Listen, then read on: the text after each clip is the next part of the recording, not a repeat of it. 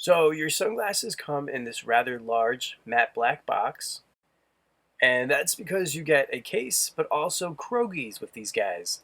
Now here are all the extras that come with your sunglasses. You get your paperwork, the note from the manufacturer, your Krogies, and then a microfiber bag to store your glasses in. So here we have a close-up of the Krogies. It's made out of a really stretchy neoprene. You have that white leather tab in the middle with the house name on it. You also get a hard case with your sunglasses.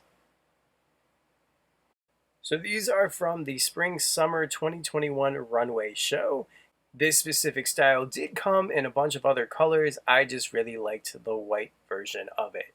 These are a classic pair of aviator and or pilot style glasses with a floating brow bar.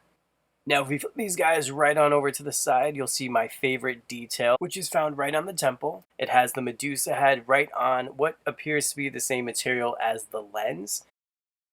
Now, these sunglasses feature a non-polarized gray lens. They have adjustable nose pads and white temple tips. All right, so we're going to dive into the measurements. We have a 61mm lens width, an 18mm nose bridge, and the temples measure out to 145mm long. And this is what the sunglasses look like on me.